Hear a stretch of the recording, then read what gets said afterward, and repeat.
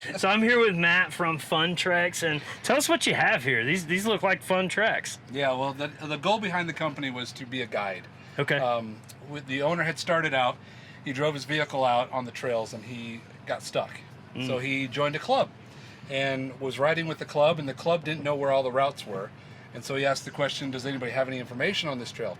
And they didn't. So he ended up just starting with a notepad, taking mileage notes of where to turn, things, what's coming up. From there, 20 years later, we're still around, and we're in 4 states. We cover over 600 trails, easy, moderate, and difficult trails. The goal is to be that guide, the person right next to you in the seat, telling you what's coming up, and that you're going to get off the trail safely.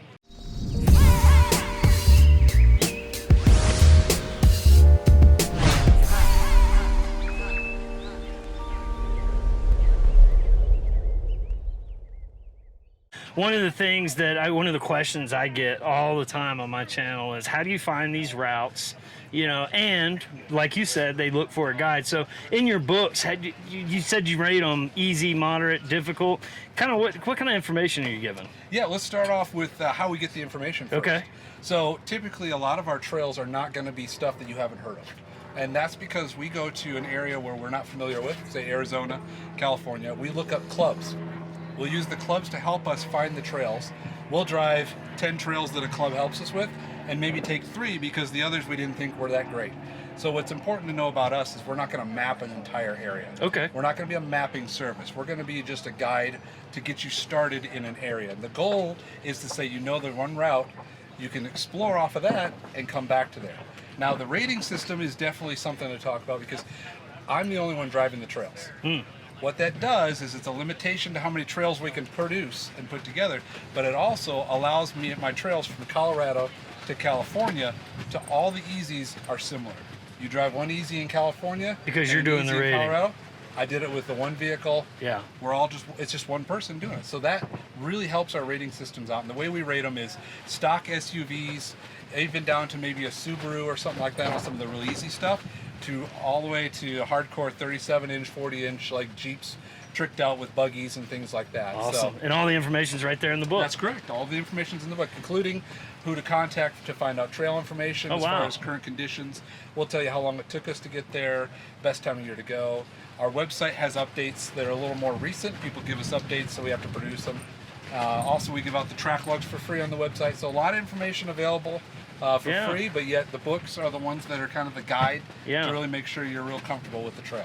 Well, that's fantastic. So yeah, so a guy can come to Colorado and they can just pick up one of these Colorado backcountry, backroads, 4-wheel drive trail books from Funtrex, and you have all the confidence in the world to get out there and go explore. So that's correct. How can they find you?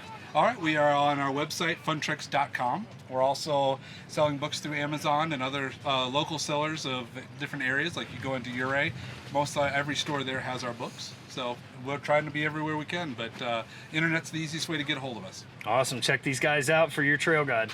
Hey, Phil, real quick, I just wanted to shake the hand of a semi-famous YouTuber here. Semi-famous. Check these guys out. These guys are full-timing. Still full-timing, right? Full-time YouTubing, but not full-time traveling. Full-time YouTubing, not full-time traveling anymore. But anyway, they go on some awesome adventures. Check these guys out. Where can they find you? LifestyleOverland.com. All right, so for me personally, I'm not a real big book guy, and I don't really have a whole lot of space. So are there any other ways that they can get these same guided maps? Or Absolutely, absolutely. So we have an app that we put a lot of the information in called Funtrex. It's only on Apple, though. We're soon releasing Android as well. The other way to do it is Kindle. Okay. And Apple iPads, all that stuff. We have electronic ebooks through that, which you can just download and you'll always have. Awesome, awesome. Any tracks? Can you do tracks? Or? Yeah, so to find the tracks and stuff for your GPS devices, your apps, things like that, you're going to want to go to our website. You'll find a trail you want, and on that trail you'll see the updates as well as a track log that you're able to download and then upload to any app that you use, because we know everybody has a little different device they like. So what we tried to do is to make it real simple and just give you a piece of information that you can use in what you have. Awesome, man. Well, appreciate it. All right, thanks a lot. Thank you.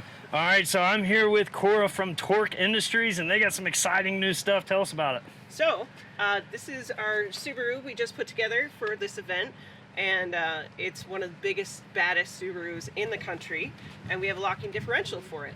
So we came out with that about 2 years ago. We've been wanting to build one ourselves, and we just went on a 3-day Overland event with Milestar Tires and All Pro and Skyjacker, and we also brought our JL.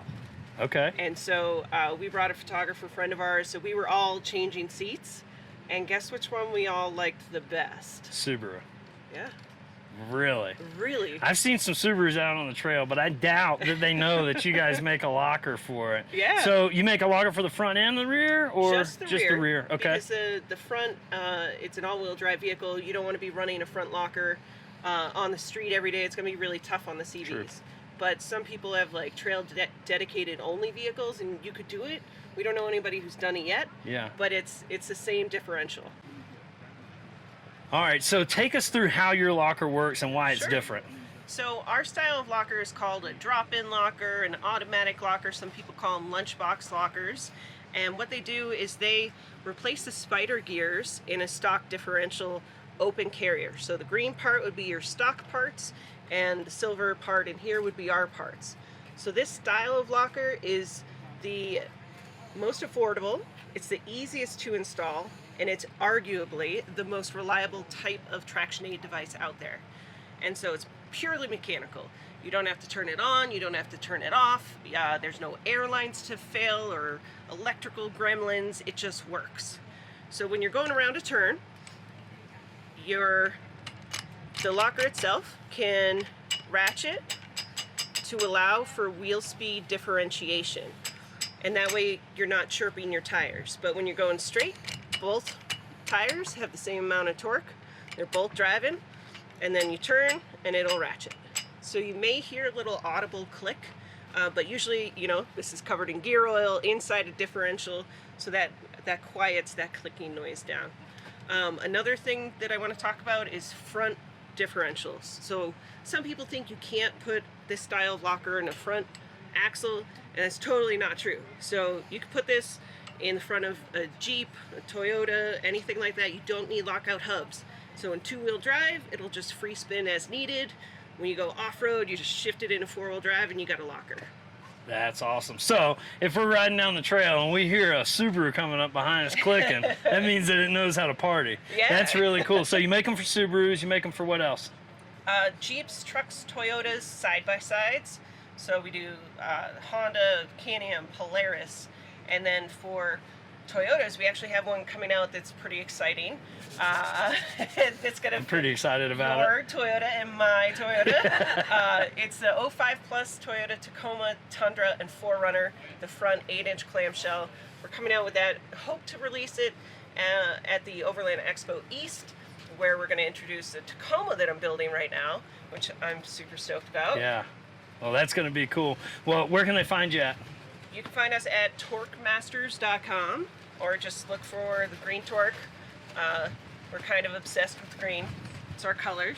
I dig it. I dig it. Check these guys out. They make some really cool products. Core's really cool people. Make sure that you check out all the stuff that they have to offer. They probably got something for your vehicle, too. All right, so Phil had a question about his Jeep that brought up a very valid point. How hard are these to install? So I mentioned earlier, easiest style of locker to install. We like to say if you can change the brakes on a car, you have the mechanical ability to install one of these. And that's because you don't have to mess with the ring and pinion. You don't need those specialty tools to set up backlash. You just take the spiders out, put the locker in, and that's it. It's really easy. Fill it back up with oil. Yes, don't forget Don't the oil. forget to fill it back up with Yes. oil. And we recommend 85-140 conventional. Awesome. All right, so I'm here with Ricky from Fieldcraft Survival. She's going to tell us what they have to offer for us. Yeah, so Fieldcraft Survival, we're based out of Utah. We teach preparedness. If you're out on the road overlanding, you need to be prepared for anything. As no matter what kind of gear you have out there, you can last a long time, but if something happens, emergency, you need to be prepared out there. So we have mobility bags that go in the back of your seat that hold all your medical gear. They zip up and turn into backpacks. We also have visor panels that go up there. Put your medical gear up there, rip that off, and go help somebody. We have tourniquets, tourniquet holders. We teach courses that teach medical, land navigation, survival, bushcraft, all that stuff. So the biggest thing that I can tell you about first aid kit, and I'm sure Ricky will agree here, is your first aid kit if you don't have, or if you don't know what you're using or know how to use what you've got, then it's absolutely useless. Exactly. So not only do you guys offer the first aid kits, you offer classes to people, Yep. teaching them how to use everything that comes in your first aid Yeah, kit. everybody needs to have a tourniquet. We have vehicle trauma response kits. If you're out there, you just have to be prepared. That's awesome. Where can they find you? We are located in Heber City, Utah, but you can find us at fieldcraftsurvival.com. We have all of our courses online. We do podcasts, YouTube, all that good stuff. We're also rolling out LMS, so you can learn all the courses and you can actually take them online. You want to take a course on how to use a tourniquet, we'll send you a tourniquet. You can do it at home, follow along with the LMS. Dude, that's awesome. Check these guys out.